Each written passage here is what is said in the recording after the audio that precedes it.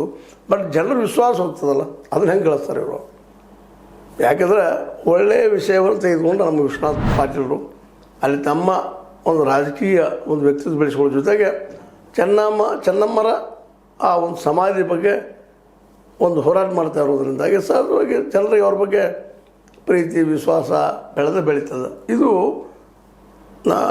ನಮ್ಮ ಶಿವಾನಂದ ಕೌಜರಿ ಅವ್ರ ಮಗ ಮಹಾಂತೇಶ್ ಕೌಜರಿ ಅವರ ಮುಂದಿನ ಭವಿಷ್ಯಕ್ಕೆ, ರಾಜಕೀಯ ಭವಿಷ್ಯಕ್ಕೆ ತೊಂದರೆ ಆಗೋದ್ರಲ್ಲಿ ಯಾರು ಸಮಸ್ಯೆ ಇಲ್ಲ. ಬಂತು 2028 ಆ ಚುನಾವಣೆಯಲ್ಲಂತೂ ನಿಶ್ಚಿತವಾಗಿಯೂ ಶಿವಾನಂದ ಕೌಜರಿ ಮಗ ಮಹಾಂತೇಶ್ ಅವರಿಗೆ ಪೆಟ್ಟು ಬಿಡೋದ್ರಲ್ಲಿ ಹೆಚ್ಚು ಕಡಿಮೆ ಸಾಧ್ಯತೆಗಳು ಹೆಚ್ಚಿದ್ದಾವೆ ಅಂತೇಳಿ ಈ ಸಂದರ್ಭ ನಾವು ನೋಡಿ ವಿಚಾರ ಮಾಡಿದಾಗ ಅನ್ನಿಸ್ತಾ ಇದೆ. ಯಾಕಂದ್ರೆ ಅಲ್ಲಿ ಜನ ಕೂಡ್ತಾ ಇರೋದು, ಮಾಡ್ತಾ ಇರೋದು, ಪ್ರತಿಯೊಬ್ಬರ ಬಾಯಲ್ಲೂ ಆ ಮಾತು ಚರ್ಚೆ ಆಗ್ತಾ ಇರೋದು, ಆ ಬೈಲೊಂಗಲ ಏರಿಯಾದಲ್ಲೇ ಒಂದು ಏನಪ್ಪ ಅಂತಂದರೆ ಇದು ಅವ್ರ ದೃಷ್ಟಿಯಲ್ಲೇ ದೊಡ್ಡ ವಿಷಯ.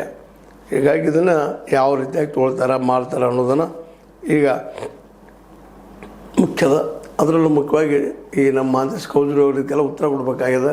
ಕೊಟ್ಟ ಇದಕ್ಕೆ ಪರಿಹಾರವನ್ನು ಸಹಿತ ಅವರೇ ಕೊಡಬೇಕಾಗಿದೆ. ಸಮಾಜಿಗೆ 5 ಕೋಟಿದು ಲೆಕ್ಕಪತ್ರ ತೋರಿಸೋ ಜೊತೆಗೆ ಇವೆಲ್ಲನೂ ಒಂದು ಆದರ್ಶಮಯವಾಗಿ ಇತಿಹಾಸದ ಘಟನೆಗಳನ್ನ ಮರುಕಳಿಸುವಂಗೆ ಒಂದು ಒಳ್ಳೆಯ ಪ್ರಯತ್ನ ಮಾಡಿ, ರಾಕ್ ಗಾರ್ಡನ್ ಮಾಡಿ ಅದರಲ್ಲೇ ಇತಿಹಾಸದಲ್ಲೇ ಘಟನೆಗಳನ್ನ ತೋರಿಸುವಂಥ ಕೆಲಸ ಮಾಡಿದರೆ ಮಾತ್ರ ನಿಜವಾಗಿ ಇದ್ರಿ ಕನ್ನಡಿಗರಿಗೆ ಸಲ್ಲಿಸಂಥ ಒಂದು ಗೌರವದಂಗೆ ಆಗ್ತದೆ. ಚೆನ್ನಮ್ಮ ಅವ್ರಿಗೆ ಇವ್ರು ಗಾರ್ಡನ್ ಮಾಡಿದ್ರು, ಅವ್ರಿಗೆ ಗೌರವದ, ಮಾಡದಿದ್ದರೂ ಗೌರವದ. ಯಾಕಂದ್ರೆ ಅವ್ರಿಗೆ ಏನೂ ಆಗಬೇಕಾಗಿಲ್ಲ.